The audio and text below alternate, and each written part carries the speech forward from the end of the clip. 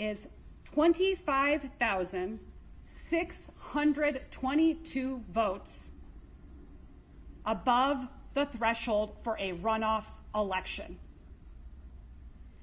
25,000 votes of nearly 4 million cast are at issue in this race. By his own admission, there are at least 25,000 outstanding votes and hundreds, if not thousands, of more that we are learning about and discovering every day. Georgians deserve to have their votes counted. The other number is 23,372.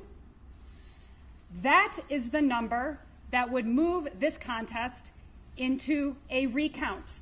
It would put it under the 1% threshold.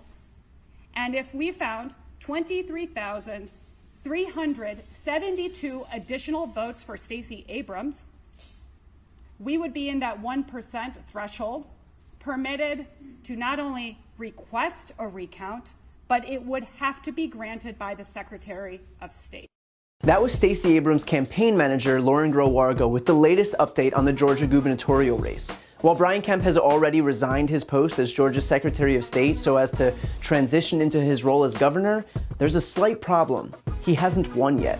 Kemp, who oversaw the election he was running in because he values the optics of a functional democracy, is currently leading in the race with 50.3% of the vote. Now, if he drops below the 50% threshold, the race will automatically go into a runoff on December 4th. That means that if Abrams can make up the 25,622 votes, we're in runoff territory. And the Abrams campaign is confident that in addition to the 21,000 provisional ballots, there are thousands of absentee ballots still unaccounted for. The good news is that Kemp is officially out as Secretary of State, meaning that he won't be able to sign off on his own victory. In the meantime, the Abrams campaign will continue to work to ensure that despite Kemp's best efforts to suppress the voices of Democratic voters at every turn, all of the ballots will be counted. And we believe our chance for a stronger Georgia is just within reach.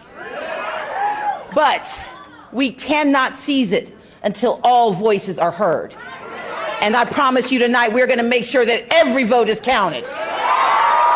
Every single vote. Every vote's getting counted. Because I'll tell you this, in a civilized nation, the machinery of democracy should work for everyone, everywhere, not just in certain places and not just on a certain day.